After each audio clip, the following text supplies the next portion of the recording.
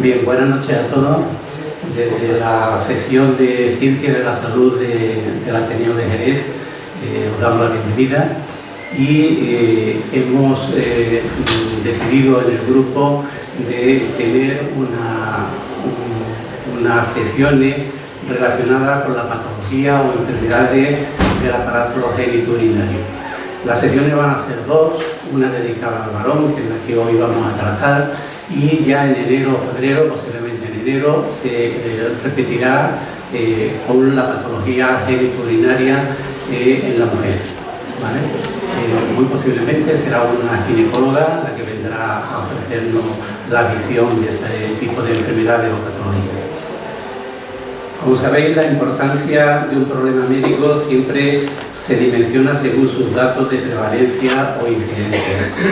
El término síndrome del tracto urinario inferior comprende un conjunto de síntomas llamados de vaciado, como es la disuria, el chorro flojo, el retardo, la intermitencia, o bien síntomas conmisionales como el goteo terminal, la sensación de vaciado, el vaciado incompleto, y también los síntomas llamados de llenado, como es la nocturia, la frecuencia, la urgencia y la incontinencia de urgencia.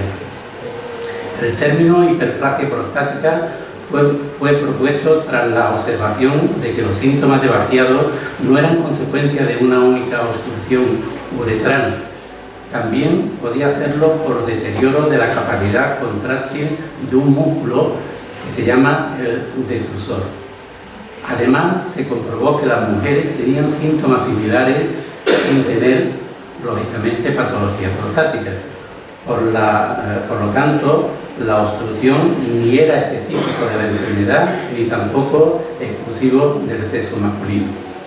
Desde el punto de vista funcional y dada la ausencia de correlación entre los síntomas y hallazgos urodinámicos, se recomendaba emplear el término obstrucción cuando se objetivase un flujo máximo disminuido asociado a aumento de la presión de este músculo llamado detrusor. En España, si analizamos a aquellos pacientes que presentan síntomas del tracto urinario inferior, pero no presentan agrandamiento de la glándula prostática o no presentan flujo urinario distribuido, sabemos que el 25% de la población masculina mayor de 40 años presentan síntomas. Por lo tanto, esto significa que 1 de cada 4 varones mayores de 40 años puede acudir a consulta ya que presentan estos citados síntomas. Aquí podemos comprobar la importancia real de afrontar esta materia con el mayor conocimiento diagnóstico y terapéutico. Para ello, hoy nos va a hablar de este y de otros muchos temas más el doctor José Pablo Pedraza, que es un experto principalmente en problemas en el campo de la andrología y la uro-oncología. En esta segunda área, especialmente en el que el diagnóstico y el tratamiento del cáncer de próstata y de riñón, su amplia experiencia y manejo también lo han convertido en un experto en el tratamiento de la litiasis y de la hiperplasia benigna de próstata. El doctor Pedraza realizó su formación MIR para la obtención de la especialidad de urología en el Hospital Virgen del Rocío de Sevilla, y durante ese periodo de formación también completó su formación con una rotación externa en un hospital de Londres perteneciente al Sistema Nacional de Salud del Reino Unido. Tras obtener el título de especialista, empezó su vida laboral en el Hospital Universitario de Jerez y en el Hospital de Punta de Europa, donde actualmente ejerce su profesión.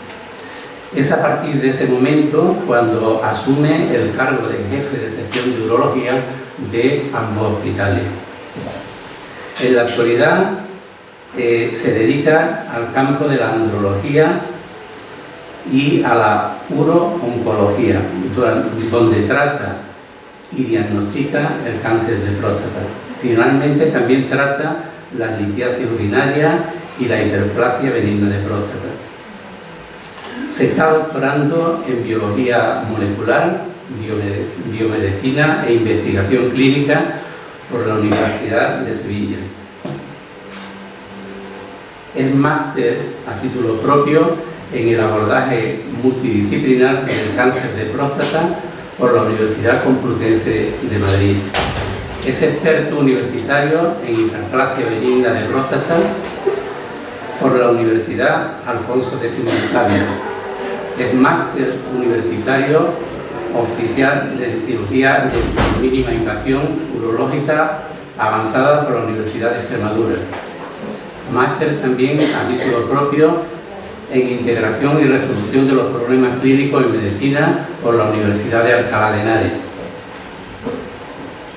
Pertenece a las asociaciones de urología tanto de la Comunidad Autónoma de Andalucía como a la Asociación Española de Urología. Es investigador colaborador en ensayos clínicos internacionales en fase 3 en cáncer de próstata. Tiene más de 15 publicaciones científicas en revistas, tanto internacionales y capítulos de libros. Más de 50 comunicaciones y trabajos presentados en congresos regionales, nacionales e internacionales. Obtiene el segundo premio a la mejor comunicación oral en el 33 Congreso de la Asociación Andaluza de Urología.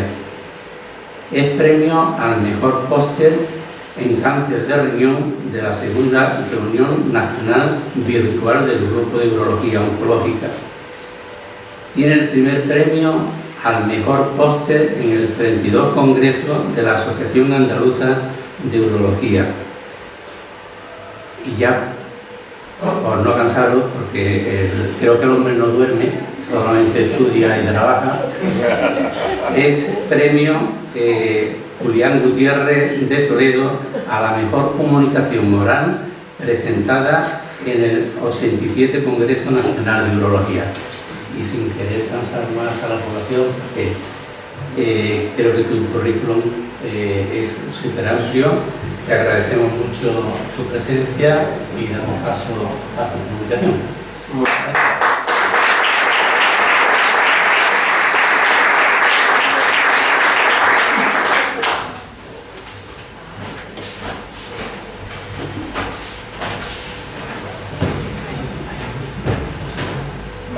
Yo creo que se me va a escuchar si dejamos puesto esto.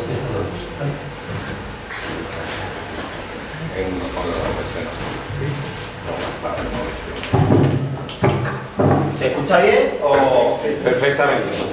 Bueno, en primer lugar, muchas gracias. Agradecer a Andrés su presentación y el repaso que ha hecho del currículum. Muchas gracias por la invitación también. Y en especial muchas gracias al Ateneo por, en un mes tan importante para la patología del varón, organizar esta sesión, No sé si los presentes en la sala lo saben, pero el mes de noviembre se conmemora el movimiento Movember. Movember es un movimiento que lo que hace es intentar visibilizar la patología genitourinaria del varón, especialmente el mes en el que conmemoramos la visibilidad, el estudio y el fomento del tratamiento del cáncer de próstata. En la sesión que vamos a ver hoy voy a hablaros fundamentalmente por frecuencia y por el límite de espacio, porque podría estar hablando un montonazo de tiempo de todas las patologías que afectan al varón, pero vamos a empezar de mayor a menor frecuencia sobre lo que más afecta. Veo que hay algunas mujeres en la sala, alguna patología también os puede afectar a vosotras, por lo cual también os iréis viviendo en lo que os puede afectar para que también podáis estar pendientes, pero sobre todo patología del varón, empezando por la hiperplasia benigna de próstata, que es la patología genitourinaria más frecuente que afecta al varón, siguiendo por el cáncer de próstata, que es la patología no por frecuencia, sino por importancia, que más tiempo le dedicamos nosotros en las consultas, y siguiendo por otras menos frecuentes pero igualmente importantes: cáncer de vejiga, disfunción eréctil y litiasis urinaria, y por supuesto cualquier otra pregunta que me queráis o me podáis hacer a lo largo de la charla. Podéis interrumpir en cualquier momento. De igual manera, al final de la sesión creo que también tendremos un tiempo dedicado a las preguntas. Sin más dilación empezamos. Hiperplasia benigna de próstata. Para comprender qué es esto de la hiperplasia benigna de próstata, habría que empezar a comprender cómo es la anatomía de la próstata para saber por qué nos ocurre lo que nos ocurre, ¿no? Esto es la vejiga urinaria, que es donde se almacena la orina después de que los riñones desde aquí arriba la emitan y la dejan aquí almacenada. El tubo de salida de la vejiga es la uretra, y entre la vejiga y el exterior, rodeando la uretra, en una porción de la uretra que es la uretra prostática, está la próstata. Para comprender bien la sintomatología que produce la hiperplasia benigna de próstata hay que entender, como os he dicho, la anatomía zonal, las diferentes zonas que tiene la próstata. Esto es una próstata cortada como si fuera un salchichón. Tiene varias zonas y a cada una de estas zonas se producen algunas enfermedades. Mientras que el cáncer de próstata, por ejemplo, se produce en esta zona de aquí, que es la zona periférica de la glándula, la hiperplasia benigna de próstata se produce en la zona transicional, que es esta zona de aquí, que precisamente es la que rodea a la uretra. Y tiene sentido, porque si tenemos molestias para orinar será porque esa zona de la próstata, que es la que está rodeando al tubo que sale, por el que sale la orina, es el que está más enfermo.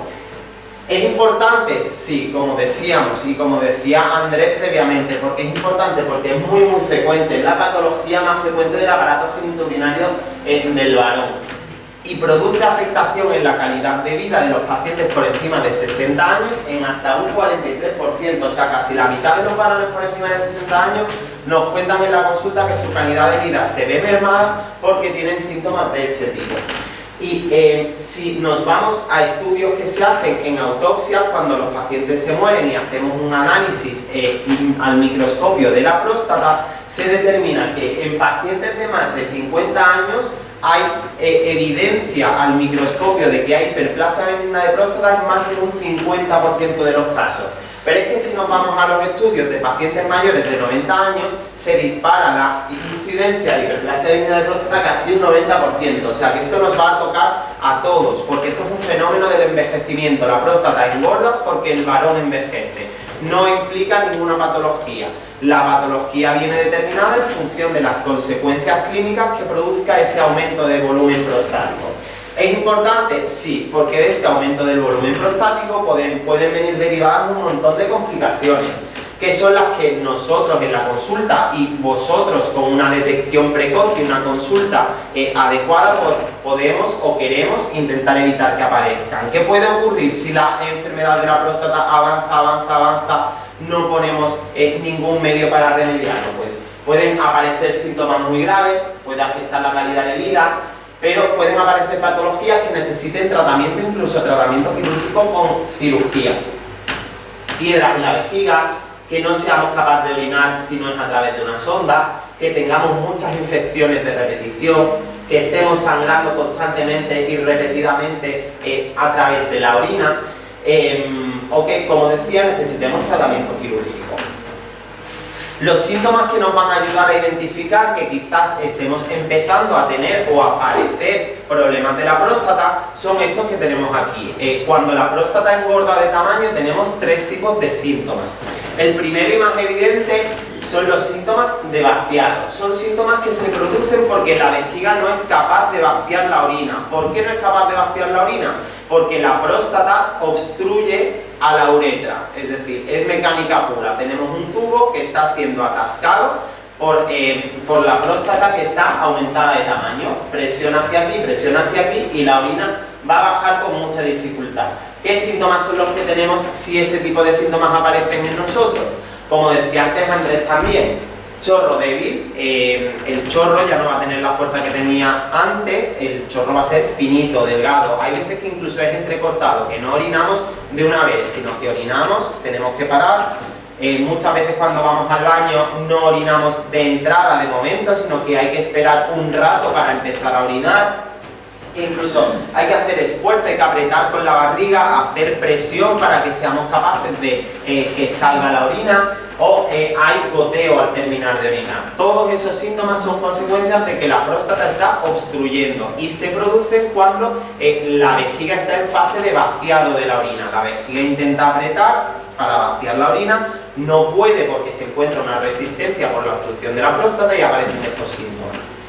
¿Qué pasa si la vejiga, por más que aprieta con el músculo que tiene, que es el músculo detrusor, aprieta, encuentra obstrucción y no es capaz de sacar la orina? Que aparte de los síntomas mecánicos de vaciado, la vejiga va a empezar a quejarse por tener que orinar contra una próstata que está aumentada de tamaño y que le ejerce mucha presión. Esos son los otros tipos de síntomas que se producen, que son los síntomas de llenado. Esos síntomas no los vamos a notar cuando estamos en fase de vaciado de la vejiga, sino que los vamos a notar cuando la vejiga se está llenando. Son simplemente una consecuencia de la queja de la vejiga por la obstrucción que produce la próstata. ¿Qué síntomas son estos? Muy frecuente, levantarse muchas veces por la noche, más de 2, 3, incluso 4 veces. Uno se levanta porque tiene la sensación de ganas de orinar, se levanta pero no orina mucha cantidad, es simplemente que la vejiga está mandando la señal de irritación, de que se está orinando por la noche. Igual que puede ocurrir por la mañana, sensación de urgencia, me orino, pero luego vamos al baño y no emitimos tanta cantidad de orina para la sensación que teníamos. Frecuencia miccional aumentada, es decir, vamos muchas veces al baño y orinamos poquita cantidad.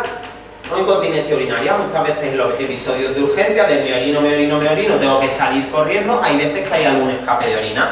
Todos esos síntomas son una consecuencia indirecta de que la próstata está aumentada de tamaño, pero realmente lo que refleja es patología del músculo detrusor. Y luego otro grupo de síntomas independientes, que son los síntomas posmiccionales, que son los que se producen después de la micción, que como hemos dicho antes, pues son sobre todo goteo posmiccional o sensación de que después de haber orinado nos hemos quedado con la sensación de no haber vaciado por completo. ¿Podemos hacer algo para evitarlo? ¿Por qué se produce la hiperplasia benigna de próstata? Pues aquí os lo pongo, ¿no? Los factores que están implicados. Hay una serie de factores que no podemos modificar, son ley de vida, como hemos dicho, ¿no? El hecho de que la hiperplasia benigna de próstata aumenta con la edad, eso no lo vamos a cambiar. Vamos a envejecer y por el envejecimiento normal del varón es más probable que padezcamos estos síntomas. Luego hay otro tipo de síntomas que no os voy a comentar, factores hormonales, de crecimiento, de la inflamación, genéticos, porque tampoco os van a interesar a vosotros, porque al que le haya tocado, le habrá tocado y desarrollará los síntomas. Lo más importante, ¿cuáles son los que os interesan a vosotros? Porque son los que podréis evitar, factores externos modificables. Si vosotros me modificáis estos factores, vais a poder tener menor incidencia de esta patología. Y ahí es donde, antes de tener los síntomas, hay que incidir para prevenirlos, o cuando tengamos los síntomas, hay que incidir para disminuir el riesgo de progresión o de agravamiento de la enfermedad. ¿Cuáles son? Sobre todo, y los veremos muy relacionados en todas las patologías que os voy a ir comentando, son obesidad, síndrome metabólico. El síndrome metabólico es una combinación de obesidad, intolerancia a la glucosa, azúcar alterado y colesterol alto. Eso es una constante en muchas patologías. Si vais a vuestro médico de familia, os comentará que todo esto está relacionado con muchas cosas, pero en el ámbito urológico también. La dieta, algunos tipos de alimentos que están más relacionados con el agravamiento de los síntomas, el sedentarismo, un poco en la línea con la obesidad y el síndrome metabólico, y la diabetes tipo 2, el azúcar, fundamental controlar en definitiva factores de riesgo cardiovascular, azúcar, peso, tensión, actividad física, etc. Por lo tanto, ¿qué consejos se os puede dar para que podamos prevenir los síntomas, los que os he ido comentando?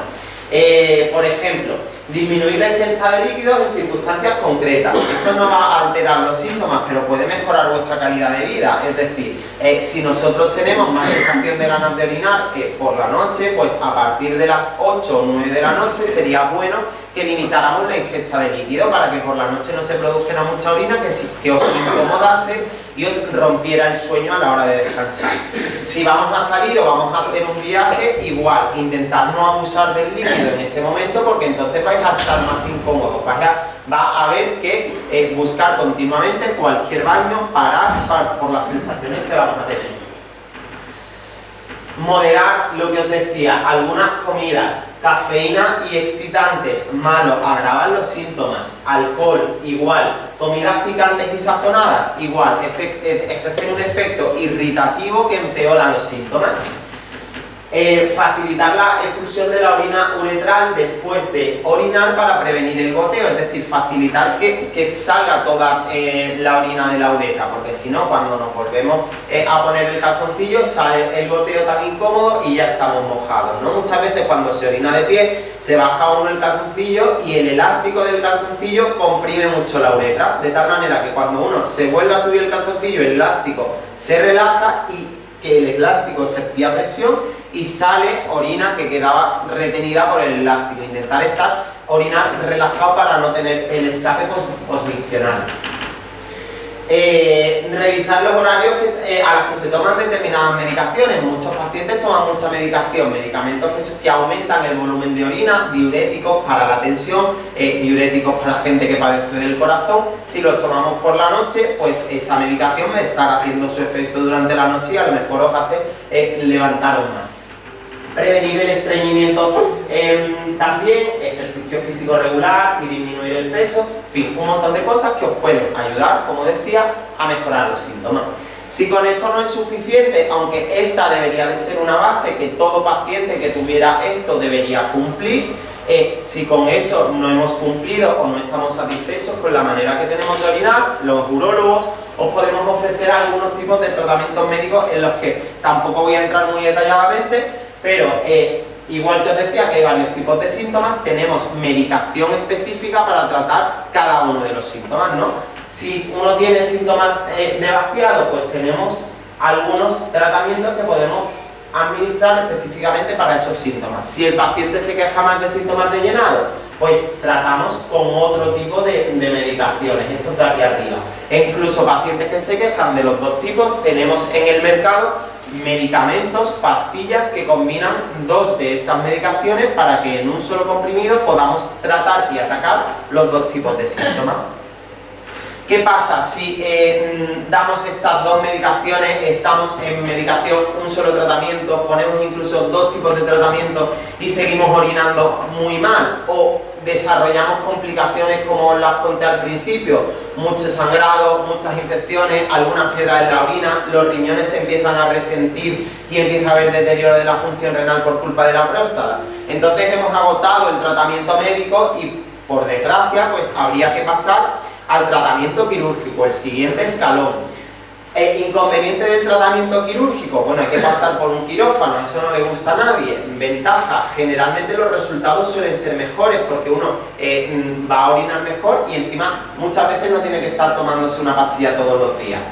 Hay mucha variedad de técnicas quirúrgicas para el tratamiento de la hiperplasia benigna de próstata. Yo os pongo aquí uno de ellos, que es el tratamiento estandarizado o el tratamiento de elección hoy en día, que es a través de la uretra. Nosotros entramos con una cámara hasta llegar a la zona donde está la próstata y lo que hacemos es, la próstata es como una naranja que tiene su cáscara por fuera, que era lo que os decía, una zona periférica, y los gajos de la naranja en la zona transicional de dentro. Pues lo que hacemos desde dentro con una cámara a través del pene, lo que hacemos es pelar la naranja por dentro, desde aquí con un láser.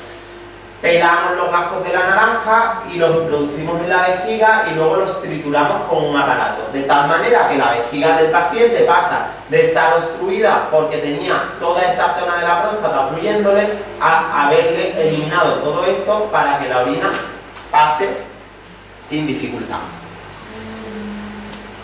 Pasamos a la siguiente patología, muy relacionada con la hiperplasia benigna de próstata, con la próstata, casi siempre vienen en pack porque los estudiamos casi juntos.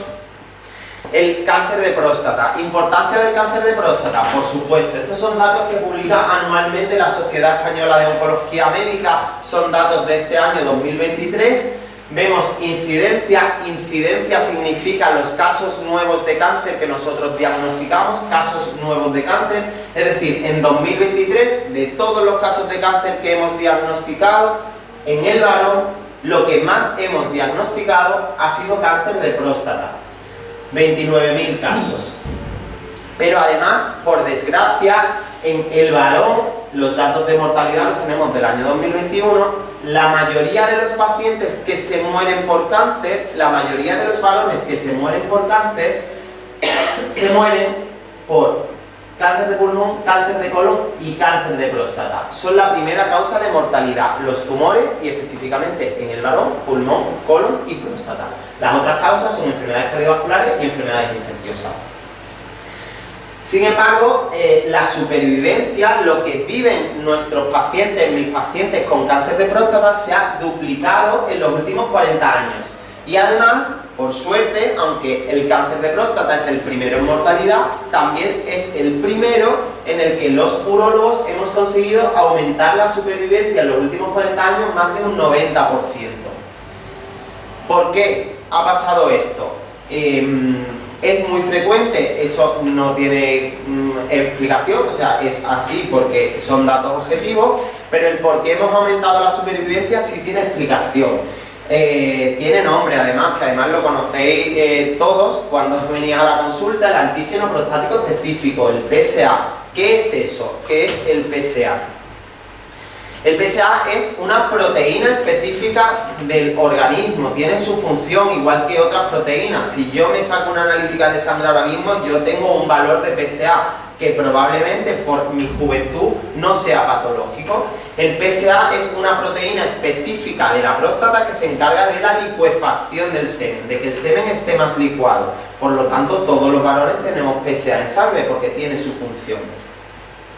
¿Qué pasa? Que hay determinadas situaciones en las que el PSA aumenta en la sangre. ¿Cuáles son? Todas estas que os pongo aquí. Por lo tanto, el PSA no es algo específico de cáncer de próstata. Si a un paciente le sale en una analítica de sangre PSA elevado, no es sinónimo de que tiene cáncer de próstata. ¿Por qué? Porque si ese paciente tiene una inflamación o una infección urinaria o una infección en la próstata o una prostatitis, probablemente tenga el PSA elevado, porque el PSA me marca enfermedad o patología prostática. Cualquier problema que haya en la próstata me va a aumentar el PSA. También, si ese paciente previamente le hemos hecho una instrumentación de la vía urinaria, ¿no? Si yo le he puesto una sonda, la manipulación que supone la sonda sobre la próstata me hace que aumente el PSA en sangre. Por lo tanto, primer mensaje fundamental que a veces se confunde, el PSA no es específico de cáncer de próstata, pero el PSA es muy útil porque nos ayuda a identificar qué paciente puede estar en riesgo de cáncer de próstata. Nos ayuda, es una alarma que suena cuando lo veo en la analítica y yo digo, a este paciente lo tengo que coger y hacerle algo más para intentar descartar que no tenga cáncer de próstata. El objetivo con un PSA elevado es descartar que no haya un cáncer de próstata y que su elevación de PSA sea por alguna de estas otras causas. Ahora mismo no tenemos indicación, la recomendación no es a todo hombre que vaya por la vida a hacerle una determinación de PSA, aunque es verdad que las asociaciones científicas, desde la Sociedad Científica de Urología, la Comisión Europea también, no es como a las mujeres que a partir de los 50 años, una mamografía cada año, todos los años. No, a los varones todavía el programa de cribado de cáncer de próstata no está tan estandarizado. Por lo tanto, no a todos los pacientes hay que hacerles un PSA una vez al año. Aunque esa herramienta nos ha permitido aumentar la supervivencia del cáncer de próstata a la vez que los nuevos tratamientos que han ido surgiendo. ¿A quién entonces intentamos los urólogos localizar o buscar si tiene un cáncer de próstata? Pues a pacientes que especialmente estén en riesgo de tener un cáncer de próstata. ¿Quiénes son esos pacientes? Alto riesgo de cáncer de próstata, pacientes que tengan antecedentes familiares de cáncer de próstata. A esos pacientes que tienen padre, abuelo, hermanos con cáncer de próstata, hay que vigilarlos bien porque el cáncer de próstata tiene componente hereditario. Por lo tanto, esos pacientes a partir de los 45 años tenéis que empezar a consultar para sacaros una analítica con PSA una vez al año. Además, los pacientes por encima de los 50 años, porque la edad es un factor de riesgo para cáncer de próstata, los pacientes a partir de 50 años también se tienen que hacer analíticas con PSA una vez al año para que podamos identificar a quien tenga más riesgo de tener cáncer de próstata. También aquellos que por otro motivo se les hace una analítica y me sale el PSA, si un paciente a partir de 40 años tiene un PSA mayor de 1, ese paciente también está en riesgo especial. y si lo tiene en mayor de 2 a partir de los 60 también. Esto, para comprenderlo mejor, yo lo suelo leer al revés. Esto es, si tenéis más de 60 años y vuestra cifra de PSA está por debajo de 2, tenéis poco riesgo de cáncer de próstata. Probablemente el cáncer de próstata no os vaya a dar la lata en lo que os queda de vida. Por eso a esos pacientes os podemos espaciar los seguimientos hasta haceros analíticas cada 6 u 8 años. Pero si tenéis más de 40 o más de 60 y vuestro PSA está por encima de 1 o por encima de 2, vosotros tenéis que seguir viniendo a que os hagan una analítica una vez al año para que veamos en qué valor anda el PSA. Si el PSA está normal, que el valor, el punto de corte establecido estadísticamente es 4, si el PSA está por debajo de 4, no hay problema, podemos quedarnos tranquilos y se puede posponer la revisión al año siguiente. Si el PSA está por encima de 4, entonces hay un mayor riesgo, hay un riesgo aumentado. No es sinónimo de tener cáncer de próstata, como decía, pero os seleccionamos para hacer más estudios, para descartar que no tengáis el cáncer de próstata. ¿Qué estudios hacemos hoy en día? El diagnóstico del cáncer de próstata ha cambiado un montonazo también. De hecho, yo ya no he conocido la transición entre que se diagnosticaba el cáncer de próstata de una manera y la manera en la que lo diagnosticamos ahora. Hace algunos años, ya digo, cuando yo empecé, pero ya muy poquito, yo pillé los últimos coletazos de ese método diagnóstico, cuando un paciente tenía un PSA alto por encima de 4, directamente había que hacerle una biopsia de la próstata. La biopsia de la próstata se hace con un ecógrafo a través del ano. Nosotros vemos la próstata y seleccionamos aleatoriamente, sistemáticamente, 12 pinchazos para hacer un barrido de toda la glándula, para descartar que no haya cáncer en ninguno de esos cilindros que hemos tomado, que se analizan al microscopio. Hoy en día, por suerte, eso no se hace o no se debería hacer así, y lo que hacemos es que previamente a un paciente que tiene un PSA elevado le hacemos una resonancia magnética de la próstata. Es una técnica de imagen que lo que nos ha permitido a nosotros es ver la próstata. Antes no teníamos ninguna prueba de imagen que nos permitiera ver si había alguna zona que fuera sospechosa de cáncer de próstata. Con la resonancia magnética, ¿qué es lo que buscamos? Buscar algún nódulo que sea sospechoso, que por el comportamiento que tiene en la imagen diga, esto tiene pinta de ser cáncer. Y el radiólogo que analiza la resonancia nos da una clasificación desde el 1 hasta el 5.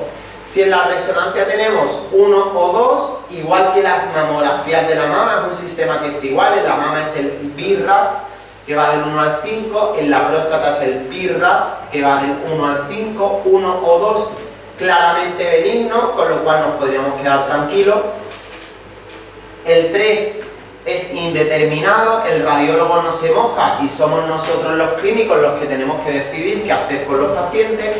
Y 4 y 5, alta sospecha de malignidad, esos pacientes probablemente van a hacerse una biopsia. Una biopsia que además ya hoy con los nuevos ecógrafos que nosotros tenemos disponibles, tampoco son los ecógrafos que había antes, los nuevos ecógrafos que tenemos disponibles nos permiten fusionar y usar en tiempo real la imagen de la resonancia con la imagen que yo obtengo con el ecógrafo.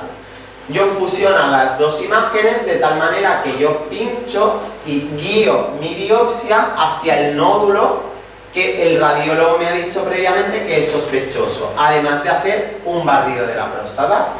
Y así obtengo una biopsia para que un patólogo en el hospital analice al microscopio toda la muestra que yo le he mandado para que me diga si hay cáncer o no hay. Si hay cáncer, hay tratamiento y vuestros urólogos, si se da el caso, podrán ofrecer algún tipo de tratamiento. Son varias alternativas que tampoco me voy a detener, pero bueno, el cáncer de próstata se puede operar, se puede quitar la próstata. Fundamentalmente hoy en día también ha cambiado mucho y tenemos dos abordajes fundamentales, que es el abordaje por laparoscopia o el abordaje por laparoscopia asistido por el robot Da Vinci. Bien radioterapia, que no hay que quitar la próstata, simplemente quemarla para matar las células malas.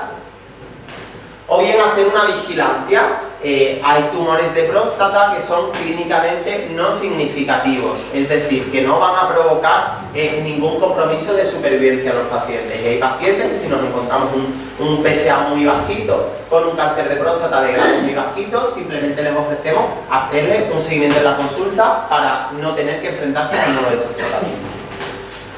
Otros tratamientos de cáncer de próstata avanzado, no creo que sea necesario comentarlo porque el diagnóstico en cáncer de próstata avanzado, es decir, con metástasis, es menos frecuente.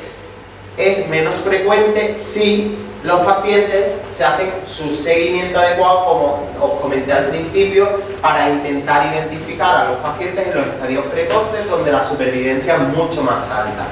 Con lo cual, mensaje y conclusión del apartado de cáncer de próstata: hay que vigilarse, a partir de 50 años somos pacientes de riesgo de cáncer de próstata y habría que hacerse un PSA una vez al año para vigilar que no podamos tener un cáncer de próstata, porque cogido a tiempo tiene solución y la mayoría se cura.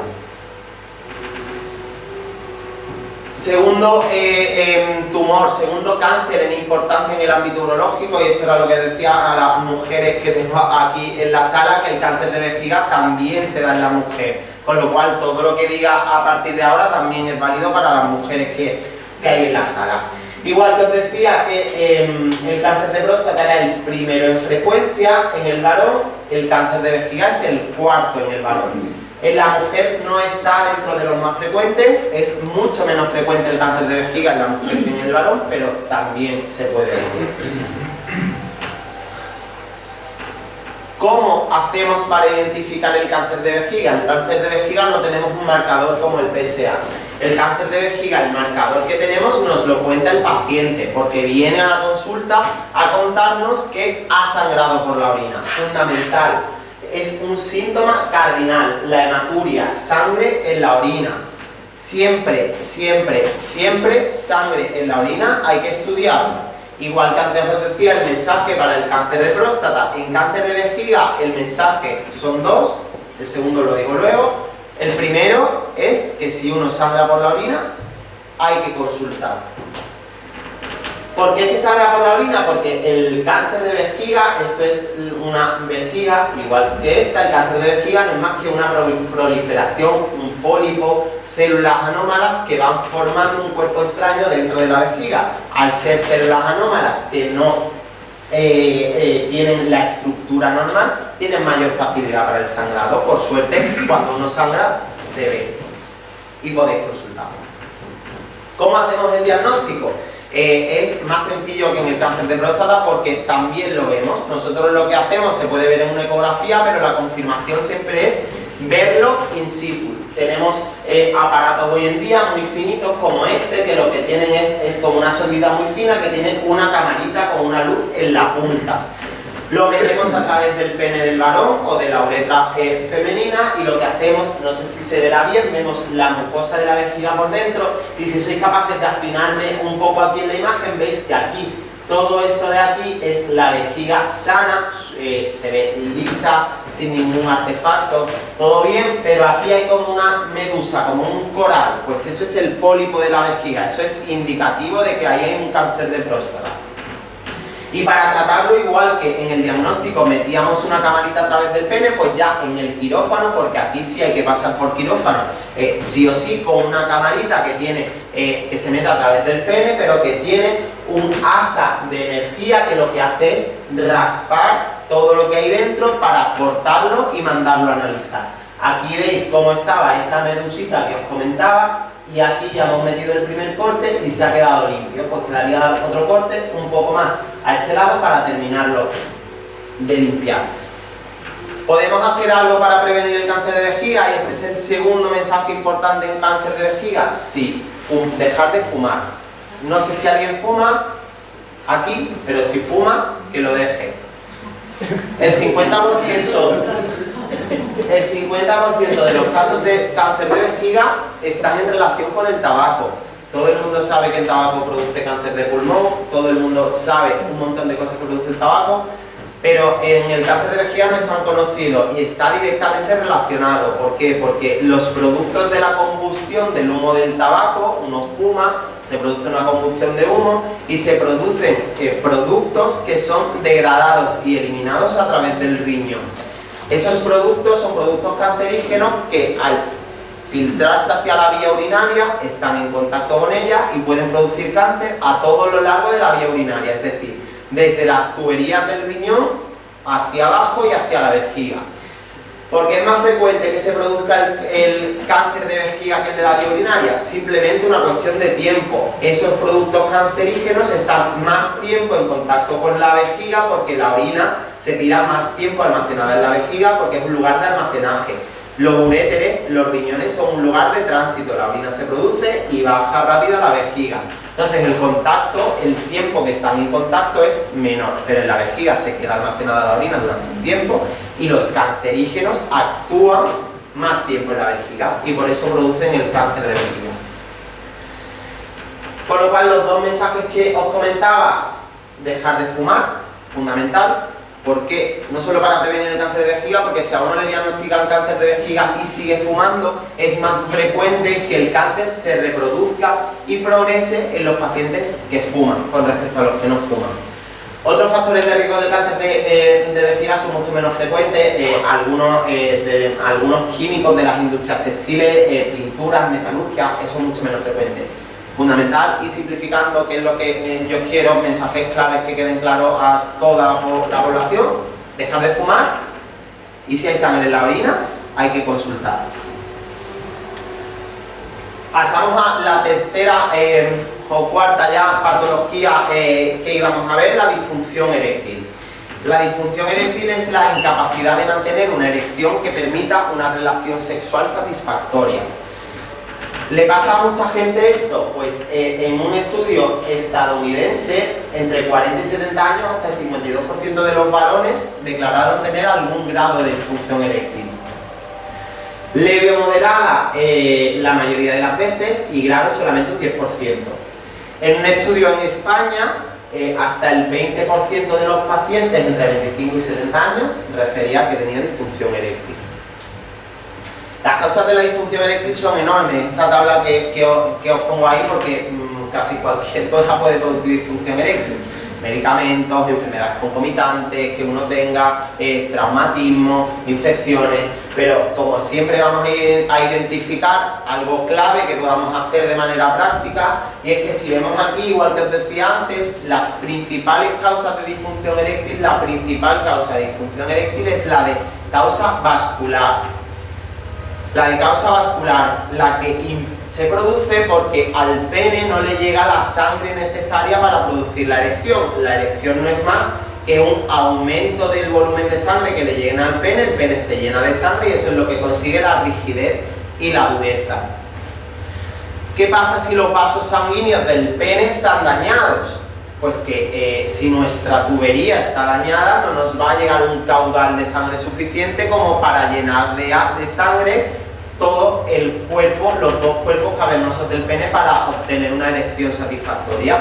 ¿Y eso por qué se produce? Pues por estas causas que os comentaba antes, que también son muy importantes. Vuelve a aparecer aquí el tabaco, insisto en la importancia de dejar de fumar quien fume, obesidad, importancia de estar en un rango de peso adecuado, sedentarismo, importancia de hacer ejercicio físico adecuado todos los días, enfermedades cardiovasculares, ictus, azúcar y enfermedad renal crónica. Son todos un espectro de enfermedades que realmente se producen casi por lo mismo, por el mal control de factores de riesgo cardiovascular. Además, un añadido de importancia en la disfunción eréctil es un marcador de riesgo cardiovascular. Hay una relación íntima entre la disfunción eréctil y la enfermedad cardiovascular coronaria, el infarto de miocardio. ¿Por qué?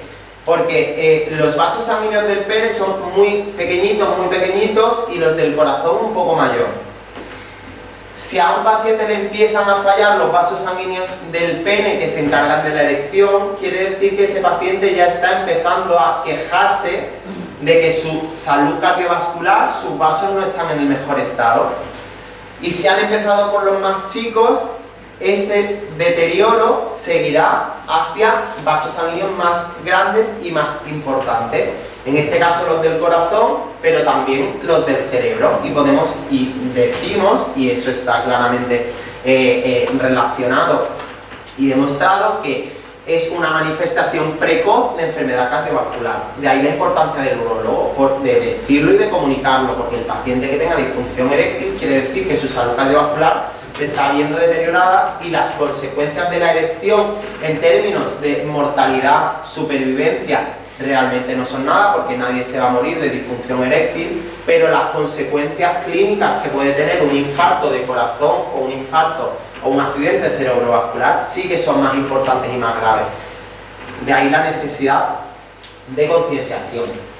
¿Qué podemos hacer para prevenir la disfunción eréctil? Pues realmente todo lo que venimos hablando, y realmente es mucho más conocido lo que podemos hacer para prevenir un infarto agudo de miocardio que para prevenir la disfunción eréctil. Pero es que es lo mismo, hay que hacer exactamente lo mismo para prevenir las dos, porque como ya he dicho, realmente es el mismo espectro de enfermedad, pero con manifestaciones diferentes.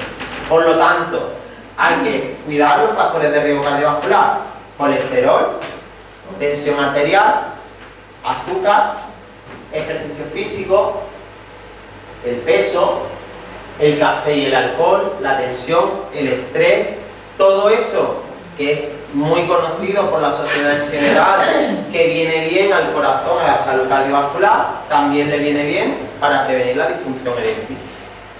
Esto es fundamental, y como os decía también antes, tiene que ser la base, es el mínimo que habría que exigirle a un paciente que se está quejando de disfunción eréctil.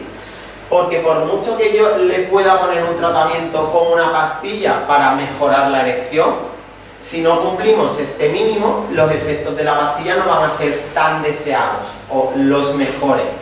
Si tenemos una buena base y aún así tenemos dificultad, la pastilla probablemente haga mucho mejor su función. ¿Hay tratamiento para la disfunción eréctil? Sí, los medicamentos tipo Viagra. Los medicamentos tipo Viagra son una familia, hay 4 alternativas en el mercado, que lo que hacen es vasodilatar y facilitar la llegada de sangre al pene, para que el caudal de nuestra tubería sea mayor y el cuerpo cavernoso del pene se pueda llenar más de sangre. La principal pregunta que se nos hace a la hora de la prescripción de este tipo de medicamentos es ¿qué pasa? O si hay más riesgo de tener un infarto cuando uno se toma esta pastilla, si corre riesgo el corazón o algo. Realmente la pastilla no tiene la culpa de que a un paciente que se haya tomado la pastilla le dé un infarto. Generalmente lo que suele ser es que un paciente que se toma la pastilla y practica la actividad sexual hace un esfuerzo físico importante, y es entonces cuando se queja del corazón, que sería el equivalente a si yo a ese paciente, en vez de el esfuerzo me lo hiciera en la actividad sexual, me lo hace saliendo a correr una maratón. Ese paciente se acelerará tanto que su corazón se quejará. Pero per se la pastilla no es la responsable del infarto. Quien es responsable del infarto es que ese paciente se ha sometido a una actividad física, a un esfuerzo moderado, que a lo mejor su corazón no era capaz de soportar. Lo principal que suele producir este tipo de pastilla, porque vasodilata, es decir, llena de sangre, al igual que llena de sangre el pene, uno puede sentir como sensación de calor, dolor de cabeza, calor en la cara, enrojecimiento, porque también sentimos como que nos llega mucha sangre a la cabeza. Si esta medicación no es suficiente, hay algunos tratamientos tipo crema que podemos combinar con la medicación, o incluso tratamiento quirúrgico. Se puede colocar una prótesis de pene, ¿vale? Ya sería una erección artificial que nosotros conseguimos con una prótesis. Lo que se hace es una prótesis que tiene 3 componentes. Un componente es un cilindro de plástico que va a ser el que se va a llenar, que va a simular el cuerpo cavernoso. Otro componente que es una bomba, y otro componente que es un reservorio donde se llena el suelo fisiológico. La bomba se aloja en el escroto de tal manera que tiene como un interruptor que cuando yo lo pulso lo que hace es que me vacía este reservorio de suelo, y el suelo viene por aquí y se viene aquí, y lo que hace es hinchar el cilindro que previamente en la cirugía nosotros hemos metido en los dos cuerpos cavernosos. Mensaje clave de la disfunción eréctil: control de factores de riesgo cardiovascular, tensión alta, azúcar, colesterol y dejar de fumar. Ya vamos acabando y es lo último de lo que os voy a hablar: la litiasis, las piedras en el riñón, los cólicos nefríticos. Todo lo que os he hablado es patología o enfermedades que afectan a varones a partir de 50-60 años. Aquí bajamos un poco el rango de edad y también, como os comentaba, también mujeres podemos tener. La mayoría de las piedras se producen entre 30 y 50, entre los 30 y los 50 años de vida, más frecuente en los varones.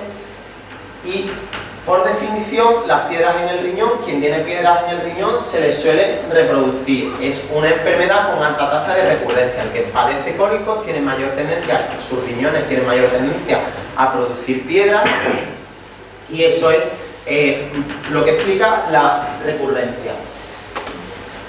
La incidencia de las piedras es más frecuente en los países desarrollados porque, igual que el resto de patologías que hemos visto, se relacionan con hábitos de vida que mantenemos en nosotros en los países desarrollados.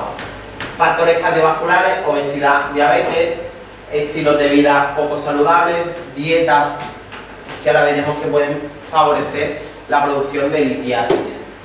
Nosotros el diagnóstico muy rápidamente usamos una prueba de imagen, un TAC que nos diga qué tamaño, dónde está la piedra, y podemos romperla, o sea, para tratar la piedra. Generalmente, la mayoría de las veces es con cirugía, con una operación, también a través del pene, con una camarita, pero en vez de llegar a la vejiga como antes, tenemos aparatos mucho más finos que son capaces de llegarme hasta el riñón, y a través de este aparato yo puedo meter un láser o una cesta y pulverizar la piedra para que se convierta en polvo, en arenilla, que luego se pueda expulsar. O bien, si la piedra es pequeñita de entrada, yo con esta cestilla que puedo cogerla y traérmela hasta afuera. Muchas veces las piedras están tan altas o se alojan en las cavidades del riñón que yo no puedo llegar desde abajo, y entonces hay que ir directamente desde arriba, un pinchazo en la espalda, meter a través de ese pinchazo en la espalda una cámara que llega directamente hasta el riñón, y a través de eso igual meter algún láser, alguna cesta que me permita disolver o bien extraer la piedra. ¿Qué podemos hacer para prevenir las piedras? Fundamental: ingesta adecuada de agua, 2,5 litros o 3 litros de agua, para asegurar que la orina tenga adecuada concentración de lo que se excreta en la orina y no puedan solidificar ni cristalizar para formar las piedras. Hábitos de vida saludables, por supuesto. Hay algunos medicamentos que pueden producir piedras, aunque las causas de piedras producidas por un medicamento son poco frecuentes. Y la dieta que se recomienda para evitar la formación de piedras es una dieta, como decía, que con ingesta suficiente de líquido, no abusar de la sal, porque la sal produce piedra, también sube la tensión, con lo cual tampoco es bueno para el resto de enfermedades que hemos visto. No abusar tampoco de las proteínas, y el calcio realmente no tiene, hay que tomar un adecuado aporte de calcio, aunque las piedras tengan componentes cálcicos, no tiene nada que ver con tomar mucho o poco calcio, ¿vale? También puede ser bueno, los zumos de cítricos, zumo de limón, zumo de naranja, también ayuda a prevenir por su contenido rico en citrato, a disminuir la formación de piedras. Ya hemos acabado con las patologías más frecuentes que yo os quería comentar. Solo también una cosa más que comentaros: muchas veces nosotros sabemos, o ya estamos acostumbrados, cualquier paciente hoy en día, cuando le pase cualquier cosa, lo primero que va a hacer va a ser acudir a internet. Igual que yo acudo a internet para muchas cosas, pues todos los pacientes ya buscan antes en internet. Eso no es ni bueno ni malo. Lo único que hay que tener en cuenta es que si uno va a acudir a internet, que acuda a fuentes fiables, que aporten información de calidad y contrastada. Y aquí os pongo un ejemplo. Nuestra asociación, la Asociación Europea de Urología, tiene un apartado en su página web específico para pacientes y en español.